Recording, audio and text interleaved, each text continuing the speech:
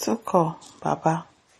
Tinubu's certificate is not as important as the consistency of his educational history. Is his educational history consistent? Are you whining yourself? The Publicity Secretary of the Arewa Consultative Forum, ACF, Professor Tuko Mohammed Baba, has said the controversy surrounding President Bola Tinubu's educational qualification should focus less on certificates and more on the consistency of his educational history. If his educational history is consistent, then he should be able to show a certificate as well. Why should we focus less on certificates? And we should be focusing on the consistency of his educational history. I don't understand. Speaking during an interview on Arise News on Tuesday, Mohammed Baba says the issue was not necessarily about the presentation of certificates, but whether the account given by a candidate about his educational background was clear and consistent. The certificate is not as important as the story itself.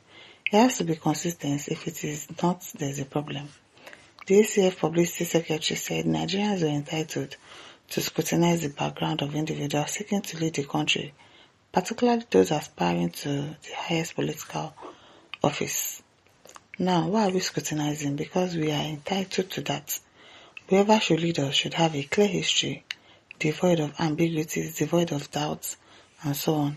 According to him, the debate over educational qualification should also extend beyond whether a candidate possesses a particular certificate to questions about how the candidate attained the level of education being claimed. Are the certificate stories exaggerated? Yeah. But what of the schooling? What have you done to get to that level? And I think Nigerians are entitled to ask questions about that. Thank you. Baba argued that candidates for the presidency should expect their backgrounds to be subjected to public scrutiny because of the office that they seek. So those who ask questions are entitled to ask. And they have a point that if you are presenting yourself for election to the highest office in Nigeria, holding lives together, being the commander-in-chief, and I think it is in that regard, it is legitimate to ask questions.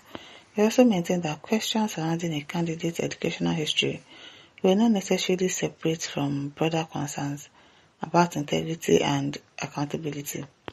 And of course, we should ask, if the primary and secondary schools are not there, let's know why, and let's not have stories that keeps changing with the weather, like the English weather.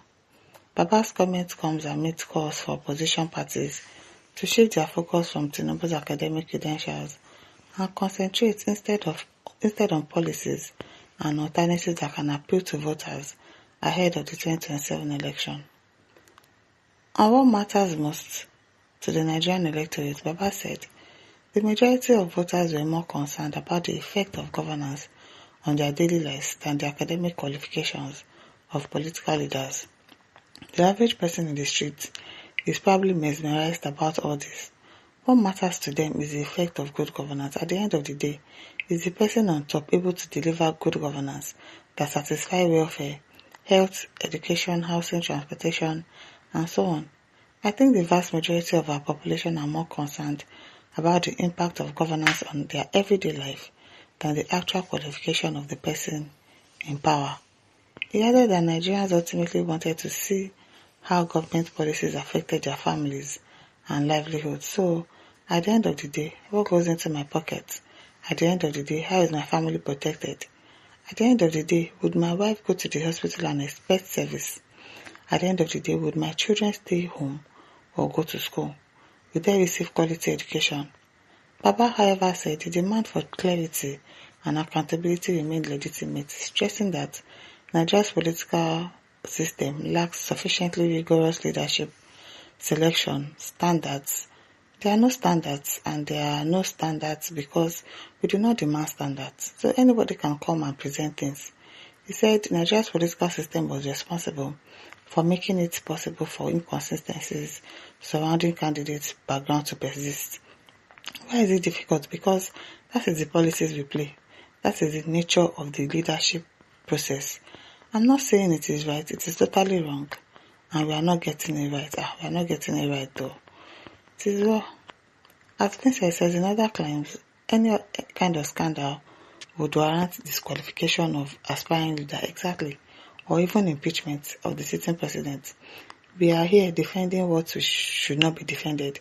Why are we so gullible? The president should have impeccable character, I'm telling you, and seem to be of impeccable character because of the high office involved. When you allow a person of questionable character into office, the president, how can you expect good governance and accountability? It is well.